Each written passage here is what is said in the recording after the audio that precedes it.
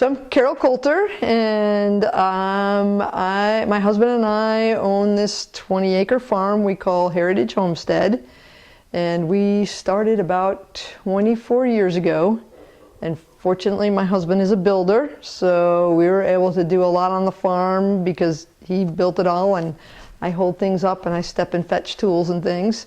So we have a goat dairy, and we have goats. We raise pigs on the way from the cheese making. We have Great Pyrenees who guard our goats, and we breed them. And we have chickens and ducks.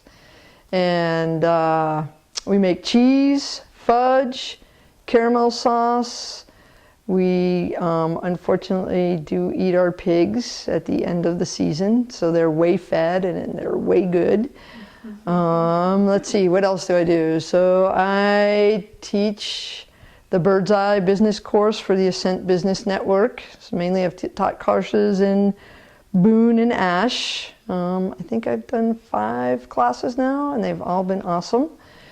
And then I also am the executive director of Blue Ridge Women in Agriculture, and we are trying to build a regional food system. And we have 2 main strategies: working with farmers to help them with their business skills and developing markets. And then we have a social justice focus on access and equity in the food system, and trying to make sure that low wealth people have access to high quality local foods. And really what it's about is producing really high quality cheese and educating people about why why it costs a little more to buy our cheese over, the grocery store mass-produced cheese, and all that goes into making a really high-quality product.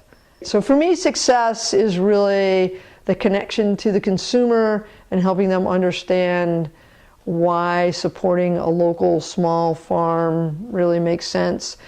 And we have to make enough money to make it work, but the money's not it's not the driver at all. If it was, we'd have been out of this long ago, because we work many, many hours without pay.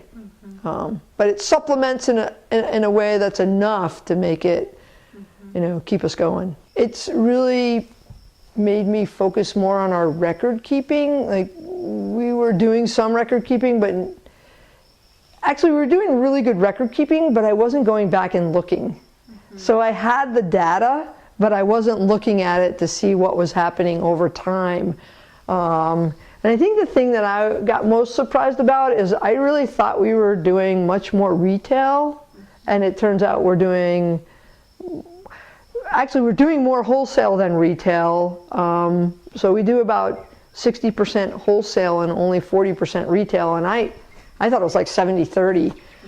So it's really interesting to see how much that's grown. And I know in the early days, wholesale was I just didn't think we were going to get into it, because I just didn't think the margin was there. But when you look at travel, paying employees, paying fees to be at markets, and you add those things in, and then you look at your wholesale, they're actually quite equitable, because when you don't have to pay those other costs, then that's why you can sell it at a cheaper price. Yeah. When we very first started, we started out with Chev, the soft goat cheese, which in the industry, it's the money-making cheese, because it's the least cost involved in the cheese for the most return on the dollar.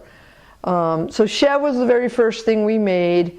It was an easy cheese to get started with, and it's really popular. We sell more Chev than anything else because you can flavor it a million different ways, and so people just like it. It's spreadable, you can cook with it, you can do a million things with it. So when we very first started, we were selling the Chev, I think it's $16 a pound, and we mainly sell it in 4-ounce containers, so the unit of sale would be 4 ounces. And that was not enough. So we sold it too cheaply because we weren't really accounting for all the costs that go into it. And it's a bit complicated. So what we did was we figured out what it costs to produce a gallon of milk, which is a lot, because it's all the goat feed, it's all the labor that goes into milking the goats, it's all the cleaning supplies that go into cleaning the dairy. So we came up with, I believe now it's about $5.15 a gallon And we it started out at like $4.25, and then it was like, oh, we're not accounting for this, and it just kept going up. So now it's at $5.15, and then we know all of what goes on in the cheese kitchen to then make it into cheese: culture, rennet, flavoring, labor, packing the cheese, containers, labels, refrigeration, and then getting it out for retail, getting it out so we have farmers markets fees and mileage and labor. And so now it's actually $20 a pound, and we're actually making about $5 a pound on our Chev. The really challenging thing about living in a rural area is your markets tend to be fairly small, at least the farmers markets, which is one of the venues we were really looking out at getting our cheese out.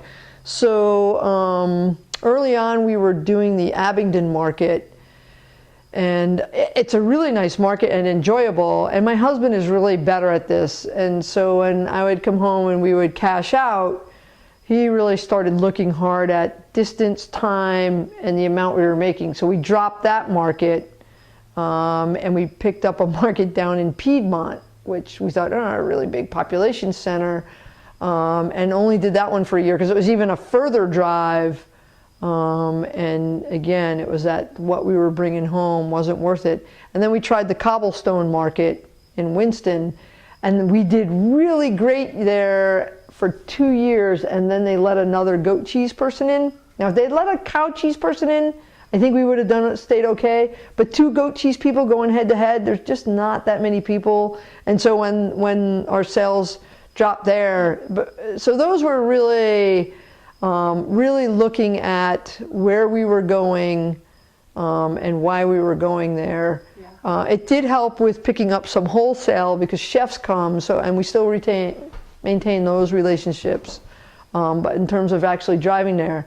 Now, we do the Ashe County market, and it is not a moneymaker for us, and we're doing it because we just feel like we live here, it's our market, we need to support it. It does provide a job for a high school student who works here and really enjoys doing the market. So we just do that. If it breaks even, if it loses money, we'll have to rethink it, but as long as it breaks even, we're willing to stay here. And so we do some things.